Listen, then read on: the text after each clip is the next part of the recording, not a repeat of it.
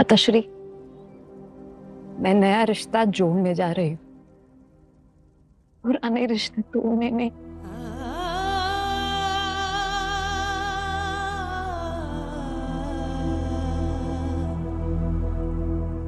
मैंने आपको वचन दिया था ना, मैं पूरी कोशिश करूंगी पिताश्री और मेरे पति की शत्रुता को समाप्त करने की।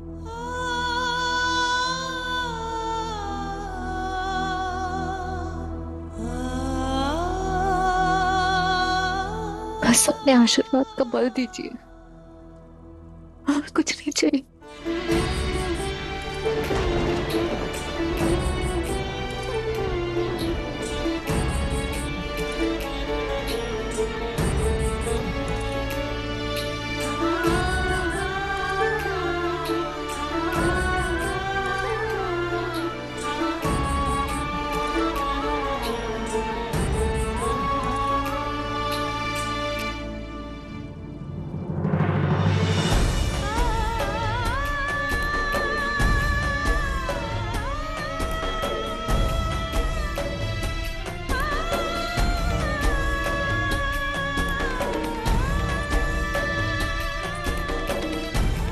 सती,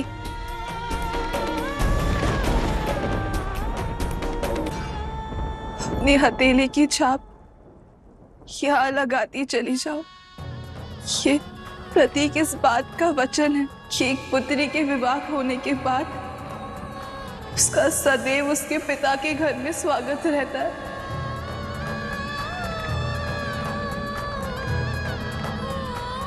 कि वो इस घर का एक अटूट भाग है, अतिथि नहीं।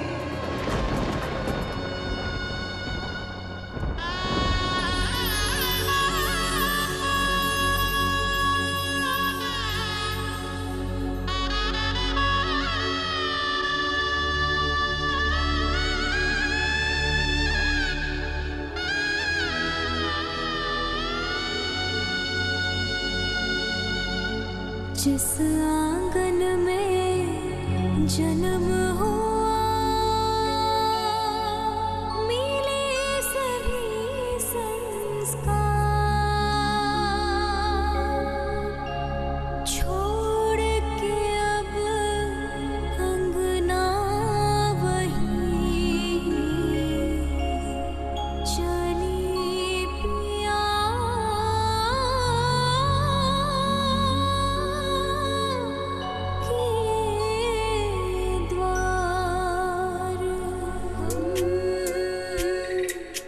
सती, अब इसे अंजलि से भर भर के चारों दिशाओं में फेंकते हुए बाहर की ओर चलो। इससे पुत्री के विदा के पश्चात पिता के घर में सुख शांति और समृद्धि बनी रहेगी।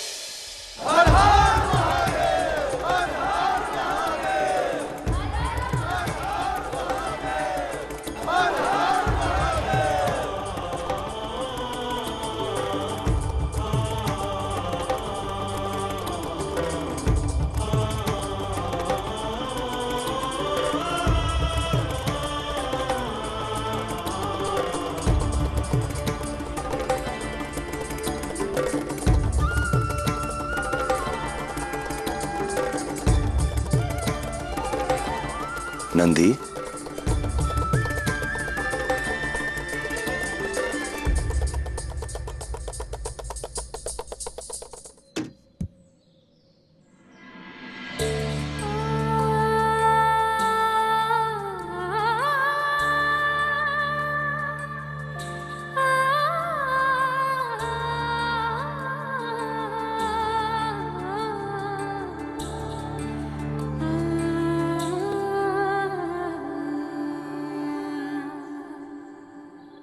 क्षमा करना माता, इससे आगे डोली कैलाश तक नहीं जाएगी।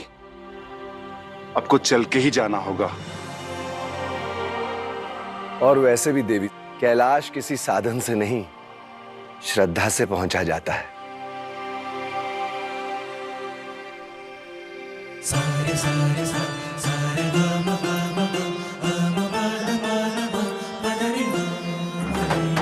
चलो हाँ। अरे अरे अरे अरे, तुम सब कहां जा रहे हो? ये कैसा प्रश्न है देवर्षि? हम तो महादेव के गण हैं, उन्हीं के साथ रहते हैं, तो वहीं जा रहे हैं। देवर्षि, हाँ? रहते थे, रहोगे भी, परंतु आज तो देवी आई है ना महादेव के साथ, तो दोनों को थोड़ा एकांत तो दो और जाकर अपना कर्तव्य निभाओ। कर्तव्य? कर्तव्य? कैसा कर्तव्य? अरे मेरे भोले गणों, विवाह के पश्चात पहली बार देवी अपने पति के घर आई हैं, तो स्वागत नहीं करोगे क्या? शीघ्र ही दूसरे मार्ग से कैलाश जाओ और कैलाश को सजाओ। अवश्य देवर्षि, हम शीघ्र ही जाकर कैलाश को सजाते हैं। चलो चलो। अरे दूसरे मार्ग से, दूसरे मार्ग जाओ, शीघ्र जाओ।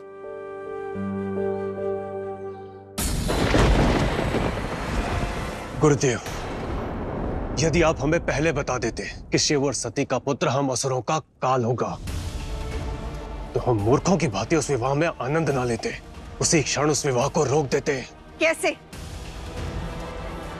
हम उनका कुछ नहीं बिगाड़ सकते।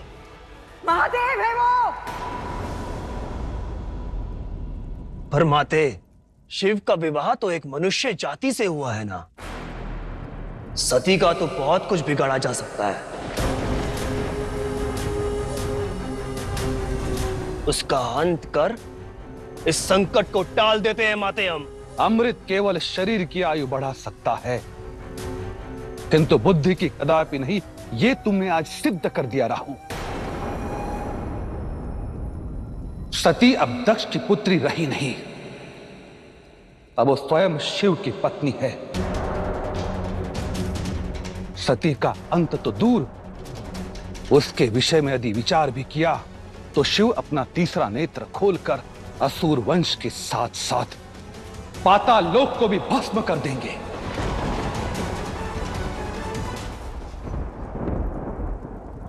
गुरु शुक्राचार्य उचित कह रहे हैं। हमें इस संकट का कोई योग्य समाधान निकालना होगा। पर कैसे?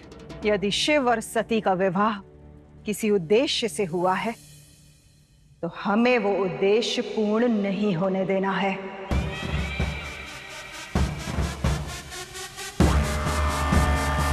और इसका एक ही मार्ग है, हमें शिव को उनके उद्देश्य से भ्रमित करना होगा।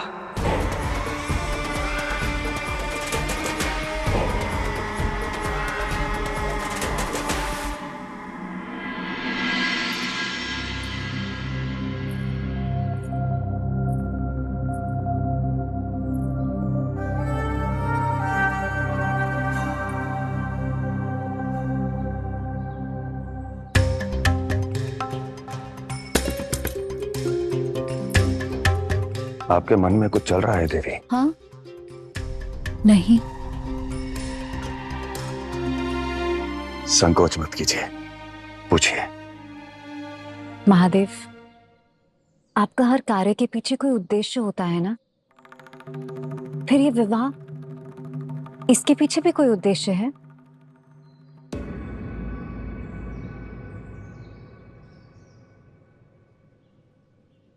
क्या उद्देश्य है? आपके प्रेम को पाने का उद्देश्य है।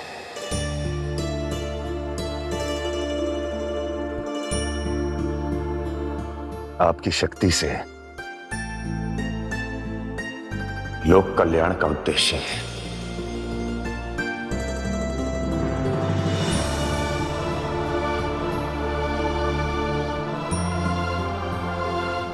चलिए।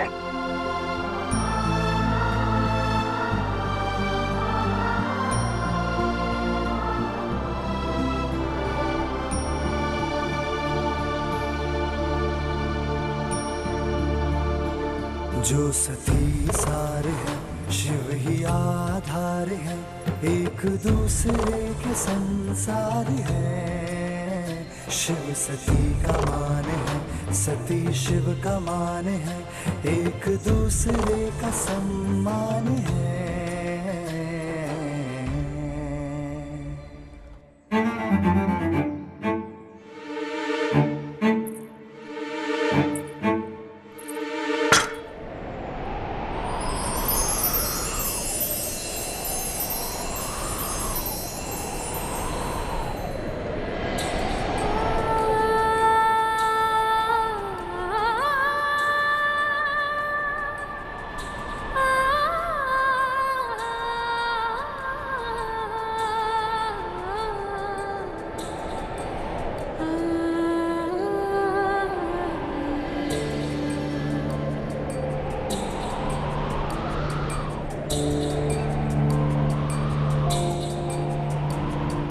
एक क्षण महादेव, एक बात बताइए। जब से मैं विदा हुई हूँ आपका व्यवहार कुछ बदला बदला सा लग रहा है। और क्यों लगता है आपको ऐसा? इस आप से मुझे अचानक अनुभव हुआ कि जब से मैं विदा हुई हूँ आप मुझे तुमसे आप कहना शुरू हो गए हैं। पहले भी मैं कैलाश आई थी, परंतु तब आपको मेरी प्यास का आभास नहीं हुआ, मेरी पीड़ा का आभास नहीं हुआ। तो अचानक से आपको ये सब आभास कैसे हो रहा है? एक श्वास में इतने सारे प्रश्न, और इन सभी प्रश्नों का उत्तर है हमारा विवाह। क्यों? विवाह के बाद मैं बदल गई हूँ क्या? नहीं, आपका पद बदल गया है। पहले आप दाक्षायणी सती थी, अब कैलाश स्वामिनी है।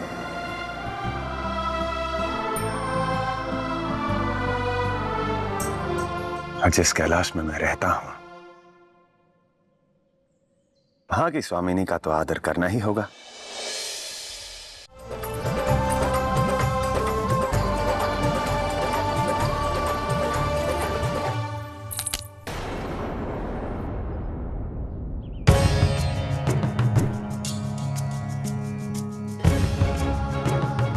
आप ठीक तो हैं देवी? मैं ठीक हूँ, कदाचित पैर में मोच आई है। हमने दूर से ही देख लिया था और उसी क्षण समझ गए कि माता के पैर में मोच आई होगी। ये लीजिए औषधि का लेप।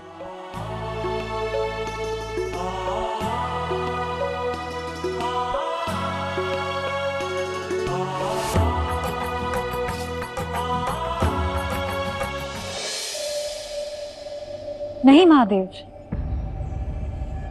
ये लेप मैं स्वयं लगा लूंगी। आप मेरे पति हैं, यदि आप मेरे पैर छुएंगे तो मुझे पाप लगेगा।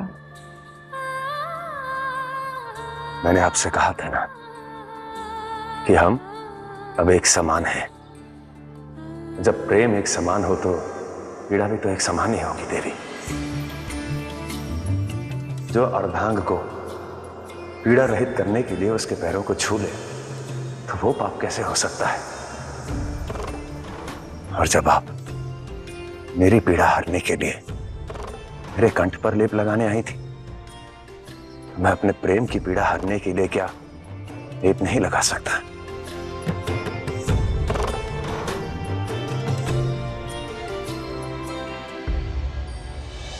सारी सृष्टि में शिव है प्रेम सती का, अब पूर्ण हुई है शिव की प्रतीक्षा। शिव और सती का ये है प्रेम सदा, सती के हृदय में है शिव सर्वदा। मगन है संसार सारा, सती को शिव ने पुकारा है। जहाँ सती की श्वास शिव वहाँ वहाँ, जो सती सारे है शिव ही आधार है, एक दूसरे का सम्मान है।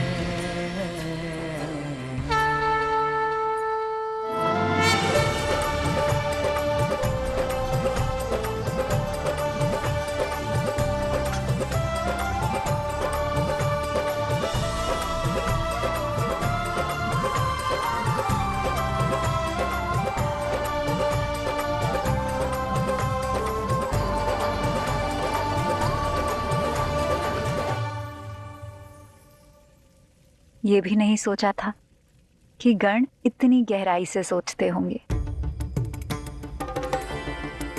कैलाश का तो रूप ही बदल दिया। कैलाश स्वामिनी जो पधारने वाली थी, स्वागत करना तो अनिवार्य था। कैलाश स्वामिनी माता सती की जय, कैलाश स्वामिनी माता सती की जय, कैलाश स्वामिनी माता सती की जय, कैलाश स्वामिनी माता सती की जय, कैलाश स्वामिनी माता सती की जय। प्रणाम माता।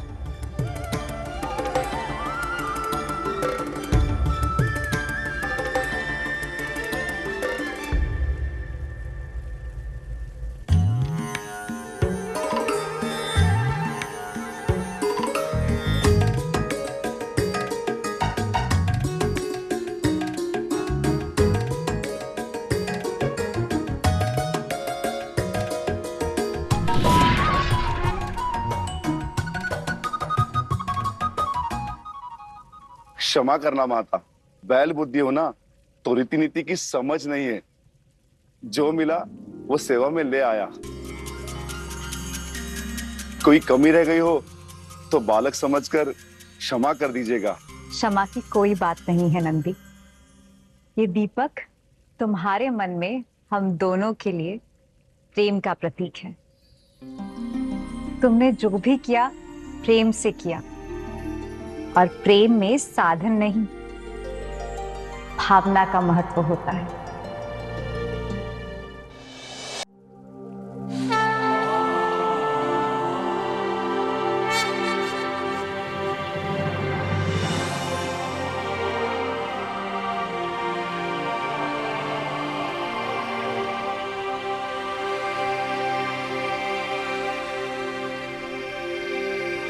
रुकिए माता, अभी कुछ शेष है।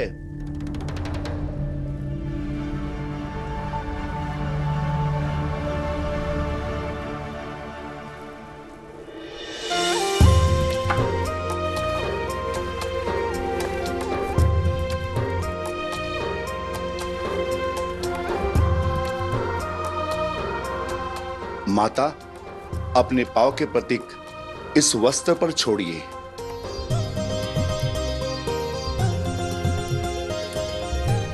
इतना सब तो किया है आप लोगों ने। हमें कहाँ इतनी बुद्धि है माता।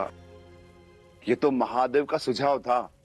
उन्होंने कहा था जीवन में पहली बार किए गए कर्म का बड़ा महत्व होता है।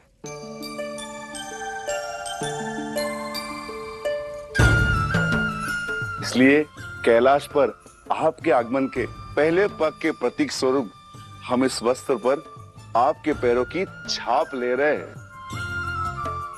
पृथ्वी पर भी गृह प्रवेश की रीति होती है। आपके कैलाश प्रवेश पर कुछ तो करना हमारा कर्तव्य है ना माता। इस मधुर क्षण को सदा सदा के लिए सहेजने के उद्देश्य से, है ना महादेव?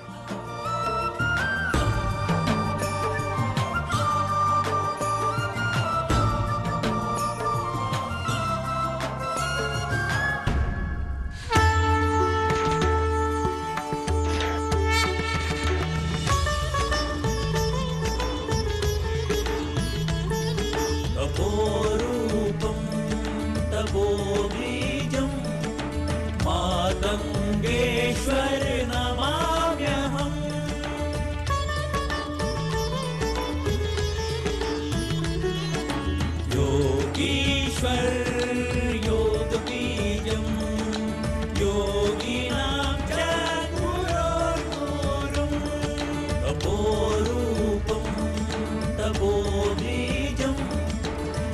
मातंगेश्वर नमाम्यहम्।